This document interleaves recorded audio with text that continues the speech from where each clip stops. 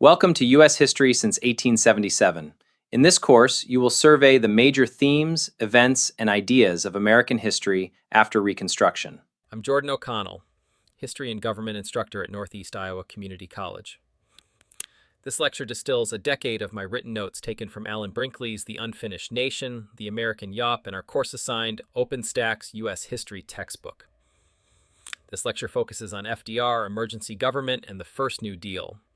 The core question is this: how much emergency power can a constitutional republic hand the national government before rescue begins to change the structure of government itself? The core competency is to outline the tenets of President Franklin Delano Roosevelt's Depression-era economic agenda. How much emergency power can a constitutional republic hand the national government before rescue begins to change the structure of government itself? When Franklin Roosevelt took office on March 4, 1933, the United States faced failing banks, mass unemployment, collapsing farm prices, and severe public distrust.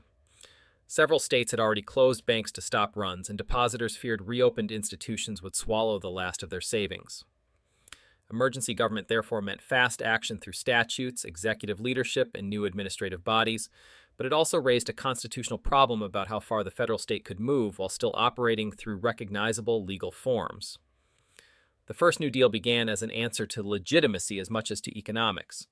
Roosevelt had to show that a democratic republic could act decisively without discarding Congress, statutes, and judicial review.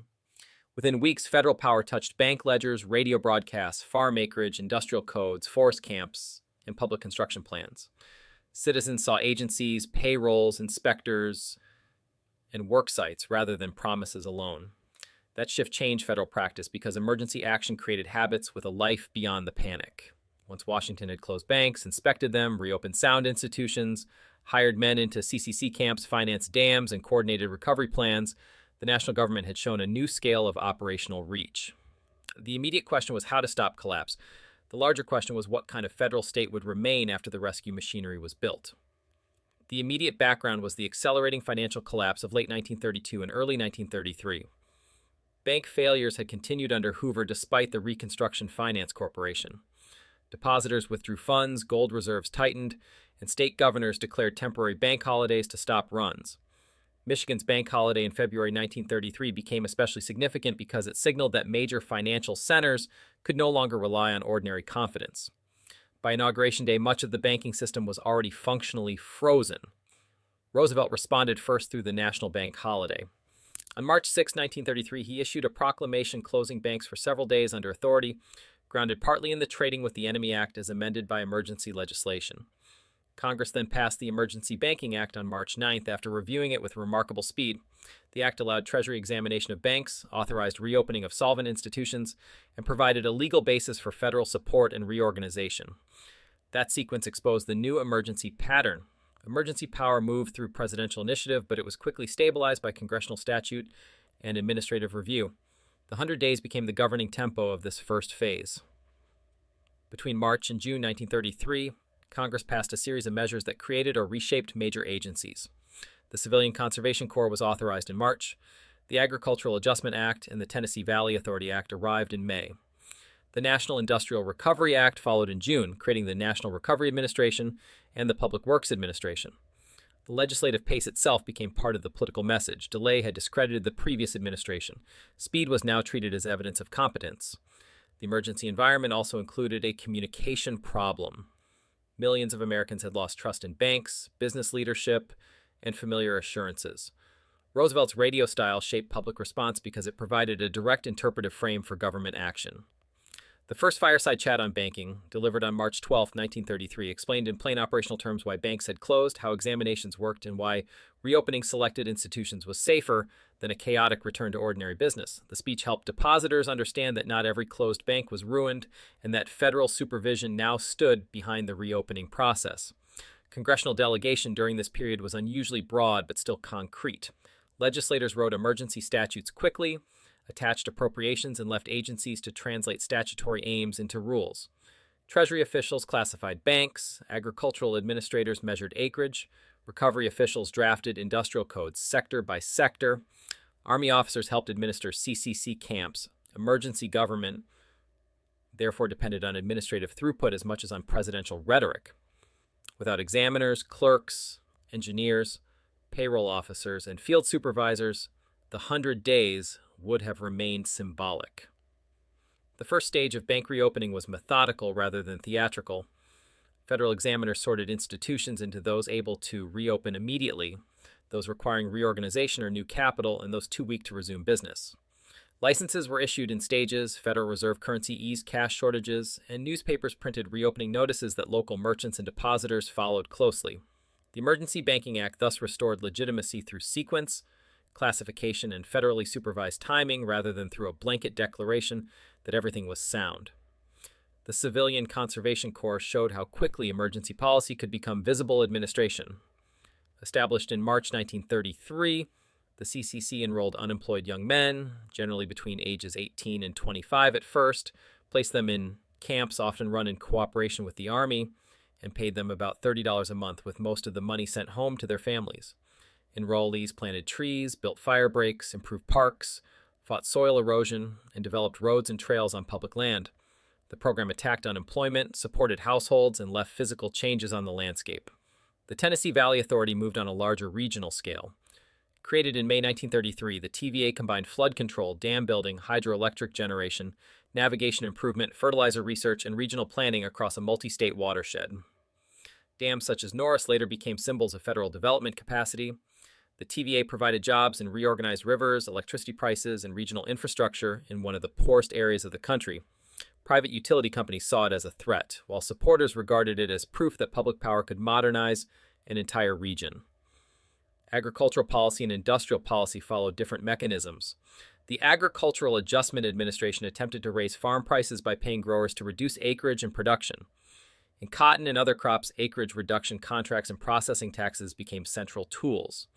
The National Recovery Administration used industry codes to regulate hours, wages, and competition, while the Public Works Administration financed large-scale construction through contracts for schools, courthouses, dams, and other facilities. These programs showed that emergency government was experimental. It worked through subsidy, contract, planning, and supervision, rather than through one single formula. The Works Progress Administration came later, in 1935, but it belongs in this meeting because it carried the emergency government idea into a larger employment system once earlier relief and recovery efforts proved insufficient.